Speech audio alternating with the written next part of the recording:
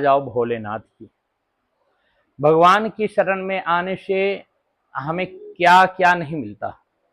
भगवान की शरण में आने से बल, बुद्धि, विद्या, स्वभाव, प्रभाव ही नहीं अपितु जीवन के जन्म जन्मांतर के पाप भी कट जाते हैं। इसलिए भगवान की शरण में आना चाहिए। अब भगवान की शरण बड़ी निर्मल है, बड़ी सुखदाई है, बड़ी सुगम है, बड़ी सुंदर है, बड़ी सहज है और बड़ी सरल है। उन सुगमता, सरलता, सहजता को छोड़ करके और जाओगे कहां। कोई व्यक्ति है जब किसी से देखे या अनदेखे में भी किसी से प्रेम करता है, लगातार निरंतर प्रयास करके उसकी तरफ देखता है और देखते रहता है तो उसकी भी दृष्टि एक ना एक समय उस व्यक्ति पर पड़ ही जाती है। तो जब हम निरंतर लगातार प्रयास करेंगे भगवान को पाने का, तो भगवान की किसी ना किसी दिन तो दृष्टि पड़ेगी ही कि ना जाने किस मोड़ पे मिल जाए दीनानाथ, किस मोड़ पे मिल जाएंगे, किस जगह पर मिल जाएंगे, किस वक्त मिल जाएंगे, ये कोई नहीं जान सकता। आपको सच बताएं, जो झूठी दुनिया में जो हम फंसे हैं, प्रेम करते हैं, झूठी दुनिया में लिप्त रहते हैं, वो कितने दिन का प्रेम होता है, सहजता से समझो। इसलिए बार बार कहा जाता है कि ये एक महीना जो है, एक महीना ये बड़ा पुण्यदायी है। इसमें करना क्या है कि जितासनो जित श्वासो जित संगो जितेन्द्रियः स्थूले स्थितो ब्रह्मा धारयते मनः। यानी सबसे पहले हमें अपने आसन पर विजय प्राप्त करनी चाहिए। यदि परमात्मा से मिलना है, परमात्मा को अपना बनाना है, परमात्मा तक पहुंचना है, तो सबसे पहले हमें अपने आसन पर विजय प्राप्त करनी चाहिए।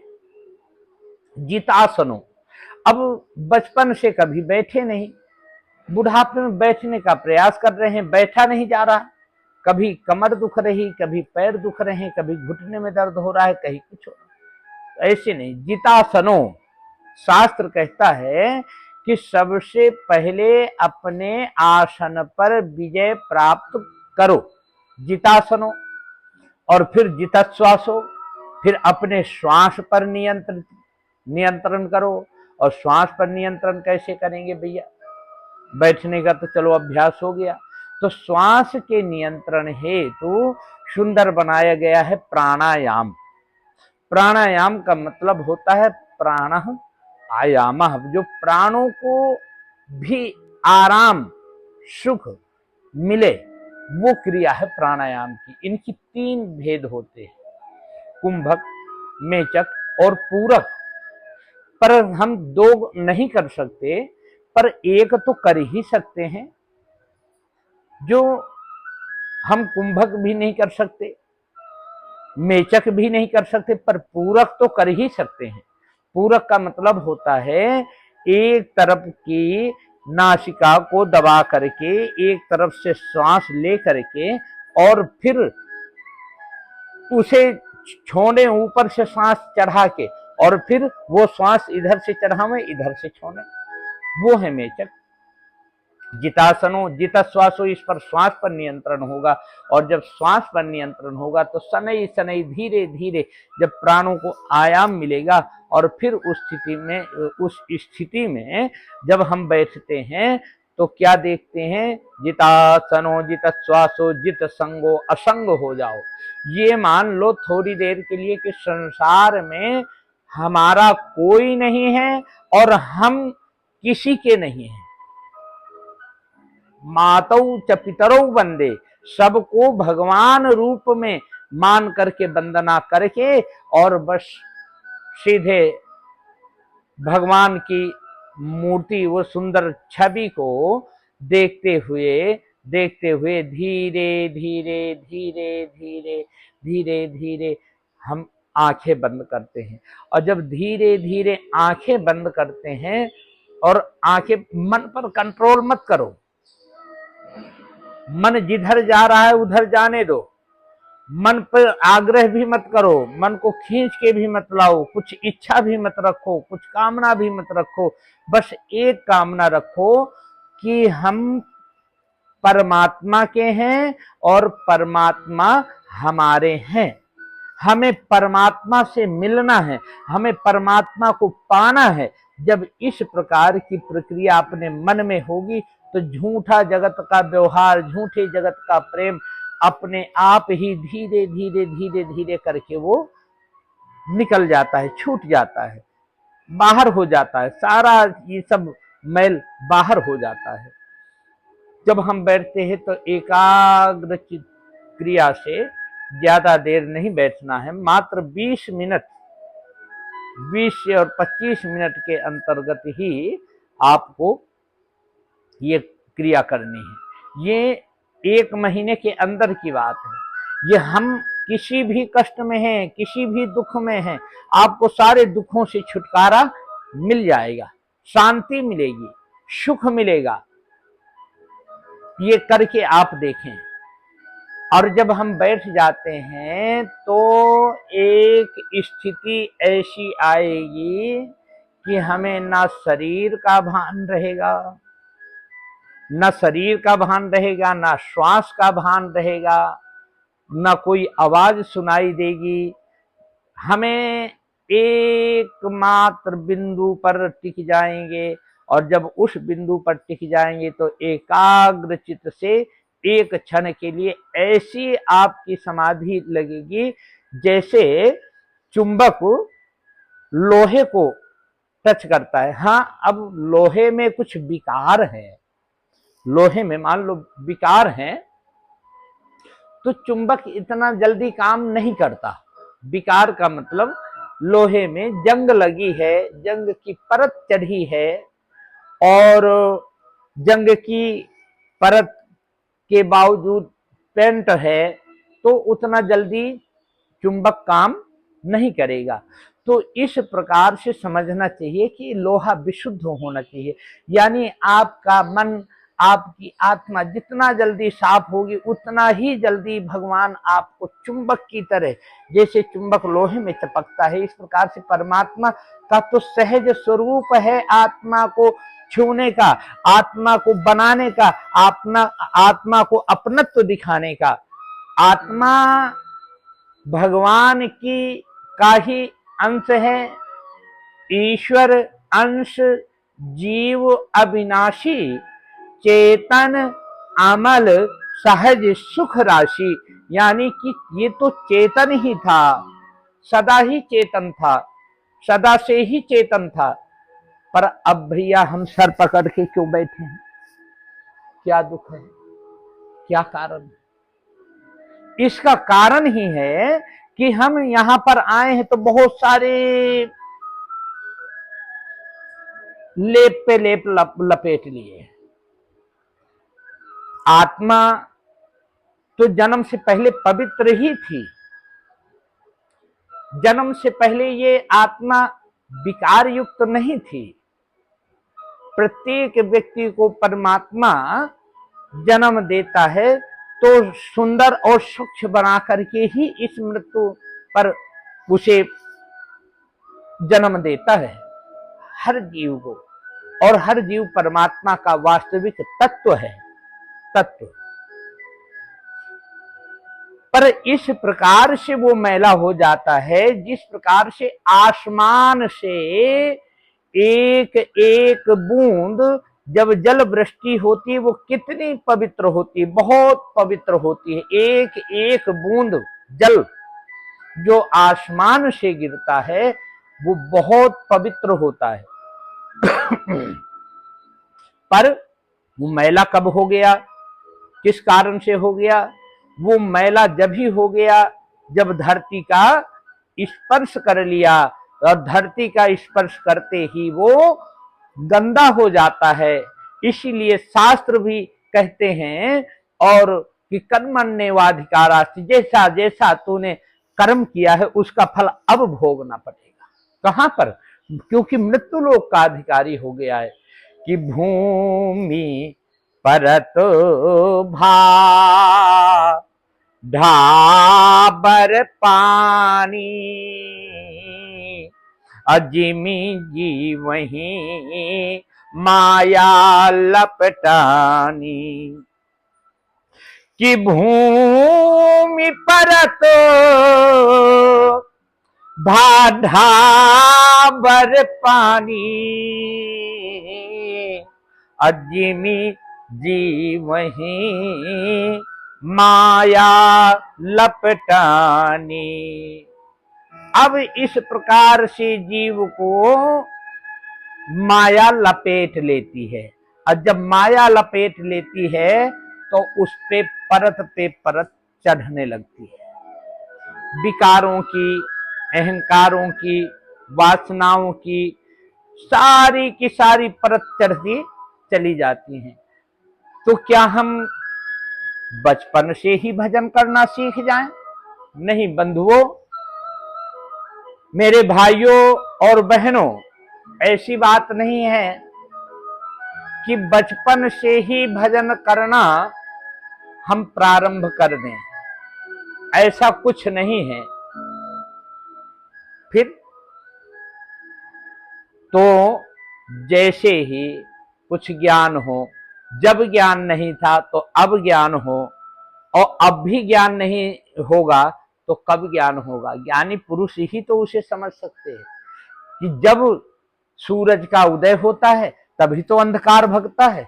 यानी जब ज्ञान हुआ जीव को, जागा जीव जब ही सब जागा।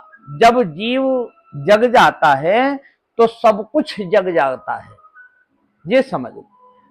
जब ज्ञान हो जाता है उसी को सवेरा समझना चाहिए, उसी को सवेरा समझना चाहिए कि हमारे लिए तो वास्तविक रूप का सवेरा अब हुआ है। इसलिए प्रत्येक व्यक्ति को कुछ ना कुछ कर्म ऐसे करने चाहिए जो कि परमार्थ के भी हों और अपने स्वार्थ के भी हों। और स्वार्थ और परमार्थ का कार्य क्या हो सकता है, ये हमें और आपको डिसीजन करना। परमार्थ क्या है, स्वार्थ क्या है? तो इस परमात्मा की तरफ जब दृष्टि जाती है तो हम ये देखते हैं कि परमात्मा में दोनों कार्य सन्निहित हैं, कि इसमें अपना स्वार्थ भी सिद्ध हो जाता है और परमार्थ भी हो जाता है। अब परमार्थ कैसे होता है, स्वार्थ कैसे होता है? तो इसलिए हमें इन सब चीजों को समझ करके, सोच करके हमें बहुत सारी सामग्रियों की आवश्यकता नहीं है। परमात्मा तक पहुंचने के लिए सिर्फ और सिर्फ मन की आवश्यकता है। यदि हम अपने मन से पवित्र हैं तो सचमुच में परमात्मा आपके संकट को हरने के लिए तत्पर रहेगा और हर क्षण प्रयास करेगा। इसमें कोई संदेह की बात नहीं है। आपने सुना होगा, नाना प्रकार की कथाएं सुनते ही हैं। महाराज नल की ही बात ले लेते हैं, महाराज नल की और दमयंती की। क्या उनके जीवन में कष्ट नहीं आया? राजा थे, एक दिन युग ने कुछ थोड़ा सा कर्मों की त्रुटि के कारण, गलतियों के कारण उसे राजगद्दी से हटा करके और वन में जाना पड़ा। दमयंती उनकी रानी थी, लेकिन निरंतर निरंतर भगवान का चिंतन, और राजा नल दमयंती का और दमयंती राजा नल का चिंतन करते थे, और परमात्मा परमार्थ से जुड़े हुए करते थे, अकेले नहीं। परमात्मा के ही सामने रोते थे, परमात्मा से ही कहते थे, हे प्रभु ऐसी कौन सी गलती हो गई, ऐसा कौन सा अपराध हो गया, ऐसा हमसे कौन सा अनिष्ट व्यवहार हो गया जो हमें इस प्रकार के रास्ताओं का समागम करना पड़ रहा है, रास्ताओं पर हमें चलना पड़ रहा है। आखिरकार परमात्मा ने एक ना एक दिन तो सुना, दमयंती से नल को मिलाया और फिर पुनः राज दिलाया, और फिर वो राजा रानी बने, पुनः राज चला। क्या नहीं हुआ? कहीं की भी कथा ले लो, क्या सत्य में, धर्म में, दया में और दान में कोई त्रुटि होती है? भगवान तो उन त्रुटियों को भी माफ करके और एक जीव को सहज सहज, सुंदर, सुशील, सुगम बनाने की कोशिश करते हैं कि ये जीव अपने उस पराभव तत्व से अलग हो करके मेरी शरण में आ जाए। कितनी करुणा है भगवान के अंदर। तो इसलिए कहते हैं कि ये जो पुरुषोत्तम मास है, इसे भी लोग तीन तरह से पुकारते हैं। कुछ लोग कहते हैं पुरुषोत्तम मास है, कुछ लोग कहते हैं नहीं मल का महीना है, कुछ लोग कहते हैं कि ये अधिक मास है, कुछ लोग कहते हैं ये लौन का महीना है और इसमें शुभ कर्म नहीं होते हैं।